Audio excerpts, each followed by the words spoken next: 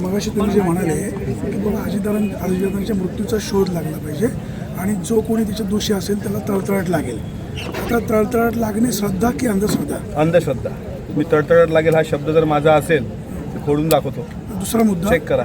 तुम्ही मगाशी हा विषय क्लिअर करतो की जो कोणी या गोष्टीच्या मागं असेल त्याच्या घरात कोणी पाळणा पण शिल्लक राहणार नाही हा शब्द वापरला. हा शाप नाही. श्राप नाही. मी काय श्राप देणारा काय ज्योतिषी आहे काय?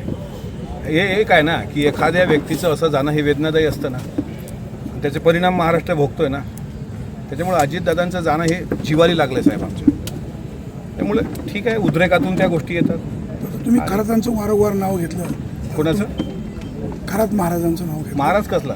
पण काय जे असतील भोंदूबाबा म्हणा. भोंदूबाबा त्यांचं तुम्ही नाव घेतलं. पण चाकणकर मॅडम त्यांच्या नेहमीच संपर्कात होत्या. तुमच्याच पक्षाच्या नेत्या त्यांच्या संपर्कामध्ये राहिल्या होत्या.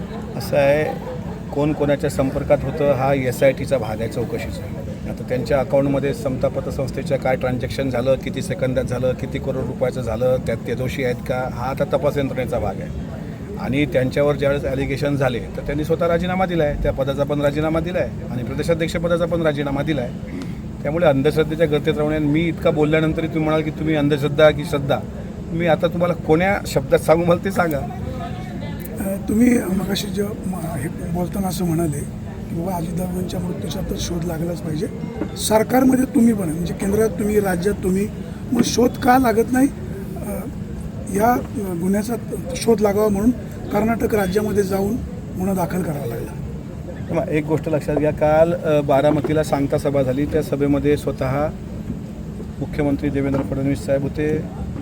उमेदवारी अर्ज वहिनींचा भरताना स्वतः एकनाथराव शिंदे साहेब होते.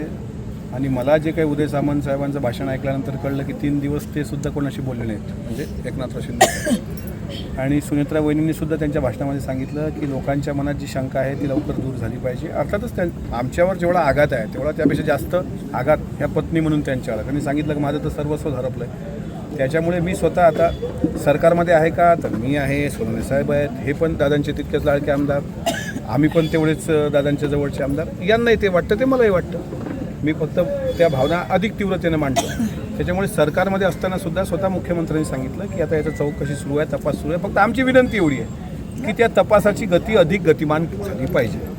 ज्या पद्धतीनं खराब प्रकरण एकदम फास्ट ट्रॅकवर आलं आणि ते सगळं 2000 कोटी रुपयाचं आहे.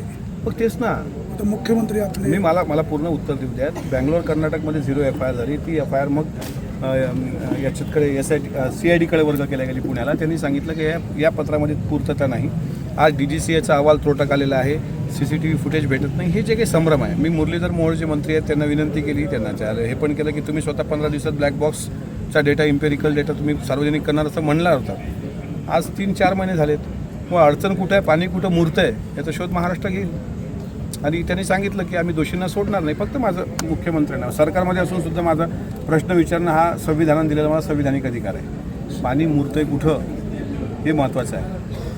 शिवाजी महाराज शूर राजे होते, तुम्हा आम्हा सर्वांची प्रेरणास्थान आहे. शिवाजी महाराजांची आरती गाणं कितपत योग्य?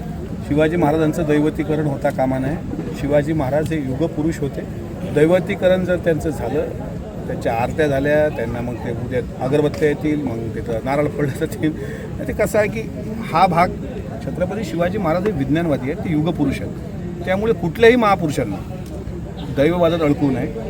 आरत्या होणं हे चुकीचंच आहे. शिवाजी महाराज हे म्हणजे प्रबोधनकार ठाकरेंच्या भाषेत सांगायचं झालं तर 33 कोटी देवाची फलटणसुद्धा ज्या नावापुढं बाद होते असं नाव म्हणजे शिवाजी. त्याच्यामुळं हे देवापेक्षा ग्रेट आहेत असं मी मानतो. पण त्याचं दैवतीकरण होता कामा नये. मी मगाशी असं पण म्हणाले की तुम्ही माझी आमदारकी गेल्यानंतर मी अतिशय स्पष्ट बोलणार आहे.